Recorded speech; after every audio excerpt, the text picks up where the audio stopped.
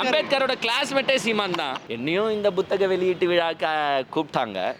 இவனெல்லாம் கூப்பிட்டா எதுக்கியா, விளங்கின மாதிரி தான் நிகழ்ச்சி. ட்விட்டர் வாழ்த்து கழகம் எதிரிங்களை வந்து 2026 எப்படி அடிக்க போறேன்றத அங்க வந்து டும் டும் இந்த தமிழ்நாடு பாழடைஞ்சு போயிருக்குதுயா, வெளிச்சத்தை கொடுங்கய்யா. அது என்ன அவர்களே இவர்களே பிறப்போக்கும் எல்லா உயிர்க்கும் ஆனந்த விகடத்தின் குழுமத்தின் தலைவர் அவர்களே, ஆதவ அர்ஜுன் அவர்களே. ஞாபகப்பத்து என்னது காமெடி பண்றாங்களா? சைமன் தாத்தாவை ஏன் நம்ம கலாய்ப்போனா, எல்லாருக்குமான தலைவர் அம்பேத்கர் அப்படின்ற நூலை வந்து பார்த்தீங்கன்னா வெளியிட்டாங்க. அதற்கு வந்து சீஃப் கெஸ்ட்டாக பார்த்தீங்கன்னா நம்மளுடைய நடிகர் இருக்கார்ல. நடிகர்னா யார் சொல்கிறீங்க? சீஃப் மினிஸ்டரா? அடுத்த சீஃப் மினிஸ்டர் 2026 வருங்காலத்து சீஃப் மினிஸ்டர் அவங்க சோஷியல் மீடியாவில். ஆமாம், அந்த சோஷியல் மீடியாவின் சீஃப் மினிஸ்டர் பார்த்தீங்கன்னா சிறப்பு விருந்தினராக அழைக்கப்பட்டார். சிறப்பு விருந்தினர். ஆக்சுவலாக பல பேர் கேட்குற கேள்வி என்னன்னா, ஏங்க அவருக்கும் அம்பேத்கருக்கும் என்ன சம்பந்தம் இருக்குது? அம்பேத்கருக்கு ஸ்பெல்லிங் அவருக்கு தெரியுமான்றதே கஷ்டம். என்ன கொள்கையே தெரியும் உனக்கு? தெரியாது. அம்பேத்கருக்கான சமூக நீதியும் தெரியாது, சட்டமேதையும் தெரியாது, எதுவுமே நம்ம ஆளுக்கு தெரியாது. சரி, ஒரு நடிகர்ன்ற ஒரு பிம்பத்தை வச்சு வந்து ஒரு சீஃப் கெஸ்ட்டாக கூப்பிட்டாங்க. இப்போ வர கட்சிலாம் தொடங்கியிருக்காருல்ல கட்சி. ஆமாம், ஒரு மாதம் ஆகுது. ட்விட்டர் வாழ்த்து கழகம் 1 month ஆகுதுங்க. 1 month ஆகுது. அந்த ட்விட்டர் வாழ்த்து கழகம் தொடங்கி 1 month ஆகுது. சரி, இவர் வந்து கூப்பிட்டா கொஞ்சம் நிகழ்ச்சி வந்து ஒரு பிரம்மாண்டமாக தெரியும். ஓகே, நடிகர்னால வந்து பார்ப்பாங்க அப்படின்னு வர வச்சாங்க. ஆனால் இவர் நம்பால் என்ன பண்ணாருன்னா, அதே வந்து ஒரு சினிமாவாக்கிட்டார்.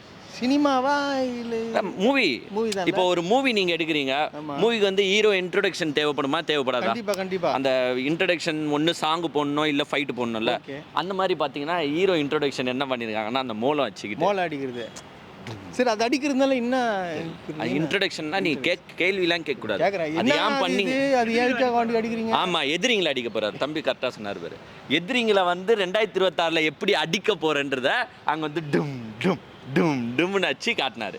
ஸோ இன்ட்ரடக்ஷன் சாங் வந்து ஓவர், முடிஞ்சு போச்சு. உள்ளே போகிறாங்க. உள்ளே போனோடனே எல்லாம் வாழ்த்து தெரிவிப்பாங்க, எல்லாம் சால்வ் பண்ணுறது. ஐயா வாங்க, ஐயா உட்காருங்க, ஐயா நீங்கள் தான் ஐயா தமிழ்நாட்டை காப்பாற்றணும், ஐயா இந்த தமிழ்நாடு பாழடைஞ்சு போயிருக்குதுயா, வெளிச்சத்தை கொடுங்க ஐயா காப்பாற்ற போறாரு. எனக்கு இதெல்லாம் வந்து என்னன்னு சொல்றதே சத்தியமா தெரியல. இவர் வந்து என்ன தெரியும்? ஃபர்ஸ்ட் எதுவுமே தெரியாதுங்க. என்ன தெரியும்னா என்ன தெரியும் உனக்கு? ஒரு அம்பேத்கரை பத்தி பேசுறதுக்கோ அம்பேத்கரை பற்றி தெரிஞ்சவங்களும் நிறைய பேர் இருக்காங்க. திருமாவளவரை எடுத்துக்கோங்க, அவருக்கு தெரியாதுதா அம்பேத்கரை பத்தி? ஏன் சீமான்லாம் எழுதுறீங்க? பேசிட்டு இருக்கும் போது வந்து நடுவில் பேசக்கூடாது. சீமானுக்கு அம்பேத்கரை மட்டும் இல்லைங்க, எல்லாரையும் தெரியும். அம்பேத்கரோட கிளாஸ்மேட்டே சீமான் தான். அம்பேத்கருக்கு வந்து அந்த ஊக்கம் கொடுத்தவரே யாருன்னு பார்த்தோன்னா சீமான் தான். இங்க வந்து ஜாதி ஏற்ற தாழ்வு நிறையா இருக்கு, நீங்க போங்க போய் படிங்க, படிச்சுட்டு நீங்க வக்கீல அவங்க ஜட்ஜா அவங்க நீங்க தான் சட்டத்தையே ஏற்படுத்தணும். ஒரு அட்வொகேட் ஆனது காரணமே சீமான். அவரை பத்தி பேசாதீங்க நீங்க. இன்னும் கொஞ்ச நாள்ல இப்போ ஏற்கனவே ஸ்டார்ட் பண்ணிட்டாரு. என்னையும் இந்த புத்தக வெளியீட்டு விழாக்கு கூப்பிட்டாங்க. யார் கூப்பிட்டாங்க? யார் கூப்பிட்டு பேரு? அது சத்தியமா எனக்கு தெரியாது. போற போக்கில் நான் சொல்ற பொய்கள்ல இதுவும் ஒரு பொய். என்னையும் கூப்பிட்டாங்க. ஏன்னா நான் ஒன்று திரும்ப கொடுத்து நான் புக் வாங்கினா அது கரெக்டாக இருக்கும்னு அவங்க கருதுனாங்க. But later at the end of the point என்ன ஆச்சுன்னு தெரியல, ஏன்னா அப்படியே அவாய்ட் பண்ணிட்டாங்க கம்ப்ளீட்டாக. அந்த இன்டர்வியூக்கு எங்கன்னா போனோன்னா சொல்லுவாங்க பார்த்தீங்களா, 1 week கழிச்சு நாங்கள் கால் பண்ணுறோம் அப்படின்ட்டு, அது மாதிரி விட்டாங்க. Call back later, I call you back லேட்டர்னு சொன்னவங்க இவனெல்லாம் கூப்பிட்டா எதுக்கியா, விளங்கின மாதிரி தான் நிகழ்ச்சி அப்படின்ட்டு கழட்டி விட்டுட்டாங்க போல எங்கள் அண்ணனை. ஃபஸ்ட்டு ஒன்று தெரிஞ்சுக்கணும், இடம் பொருள் ஏவல். நம்ம எந்த இடத்துல இருக்கிறோம், எதை பற்றி பேசணும் அப்படின்ற ஒரு கான்செப்ட் சின்னதாக வச்சு நம்மளுக்கு மனசில் இருக்கணும். ஆமாம். ஒரு சென்டிமெண்ட்டாக போயின்னு இருக்கிற சீனில் போய் காமெடி பண்ணிருப்பியா? யாரும் பண்ண மாட்டாங்க. ஒரு ஆக்ஷனாக நடந்துன்னு இருக்கிற இதில் போய் ஒரு காமெடி பண்ணுவியா? பண்ண மாட்டாங்க. அது என்ன நிகழ்ச்சி?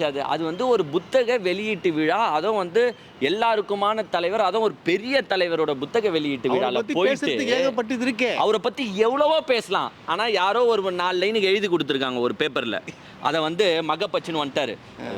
இவர் இங்கே இந்த மறந்துடக்கூடாது. அதை நம்ம எங்கேருந்து புரியலான்னு பார்த்தோன்னா, அந்த மேடையில் இவர் பேசுறதுக்கு முன்னாடி கிட்டத்தட்ட ஒரு 1.5 hour 2 hour மற்றவங்க பேசினாங்க. அப்போ பேசும் போதெல்லாம் இவர் ரியாக்ஷனை பார்த்தியா? ஐயோ 3வது லைன் என்ன, டே 4வது லைன்ரா, ஐயோ அத்த பேராகிராஃபை மறந்துட்டேனடா, டே ஞாபகப்பத்து என்னது காமெடி பண்ணுறாங்களா? 5வது லைன் என்ன? அதுக்கேற்ற மாதிரி ஒரு 1.5 hour பேசுகிறாங்கன்னா, ஒன்று அவங்க நல்லா பேசுகிறாங்களோ நல்லா பேசலையோ, அதற்கான ரியாக்ஷனை கொஞ்சமாச்சு ஃபேஸ்ல தரணும். அந்த கம்ப்ளீட் ரியாக்ஷனே அவர் ஃபேஸ்ல ஏன் இல்லைன்னா தான் என்ன பேச போகிறேன் என்பதை வந்து நினைவூட்டி கொண்டிருக்கிறார். மனப்பாடம் பண்றாப்புல. இந்த பேரா பேப்பர் வேற வைக்க கூடாதுன்ட்டானு. இப்போ டீச்சர் என்ன கேள்வி கேட்கறாங்கன்னு தெரியாம ஒரு ஸ்டூடெண்ட் தத்தளிக்கிற இதை வந்து நான் விஜய் மூஞ்சில நீங்க பார்த்தேன். அங்க இப்ப கூப்பிட்டு நீ கேள அம்பேத்கரோட பேரை என்ன பேசினாருன்னு கேள தெரியாது. எதுவுமே தெரியாது. சார் என்ன பேசினாருன்னு கேள தெரியாது. சரி அல்லு அர்ஜுனாச்சு ஐயோ சாரி ஆதவ அர்ஜுனாச்சு என்ன அல்லு அர்ஜுன் தான் எல்லாருக்கும் தெரியும். ஆதவ அர்ஜுன் எப்படிங்க தெரியும்? அது இன்னும் கரெக்டா அவனுக்கும் தெரியும். எனக்கு நேத்துக்கு அப்புறமா தான் அந்த ஆதவ அர்ஜுன் ஒருத்தர் பார்த்தா தெரியுது. நிறைய வரலாம் உள்ள. அது ஆதவ அர்ஜுன்லாம் தெரியாது. அல்லு அர்ஜுன் தான் எங்களுக்கு தெரியும். ஆதவ அர்ஜுன் பேசினாரானா அதுவும் தெரியாது. ஏன்னா இவர் வந்து மனப்படம் பண்ணுகிறாரு. Okay okay okay சொல்லிடுறா.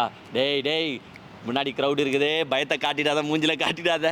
சரி போய் பேசணுமே, அதையாச்சும் ஒழுங்கா பேசணுமா? நம்ம அதுவும் தப்பு. ஒழுங்கா பேசணுமா? நான் ஒண்ணு கேக்குறேன். எப்பவுமே நம்ம பேசின ஸ்டாண்ட்ல நம்ம எப்பவுமே நிக்கணும். சைமன் தாத்தாவை ஏன் நம்ம கலாய்ப்போனா, நேத்து ஒரு வாய் இன்னைக்கு ஒரு வாய். நேத்து ஒருத்தனை பத்தி தப்பா பேசுவாரு, இன்னைக்கு அவனே புகழ்ந்து பேசுவாரு. இதுதான் சைமனோட வாய். அதனாலதான் சைமனை கலாய்ப்போம். விஜய் என்ன பண்ணாரு? மாநாட்டுல என்னப்பா பேசினாரு? அதான் சொன்னாரு, அவர்களே. அது என்ன அவர்களே இவர்களே பிறப்போக்கும் எல்லா உயிர்க்கும், மேடைக்கு கீழே இருக்கிற நீங்களும் மேடைக்கு மேல இருக்கிற நாங்களும் எல்லாம் ஒண்ணுதாங்க.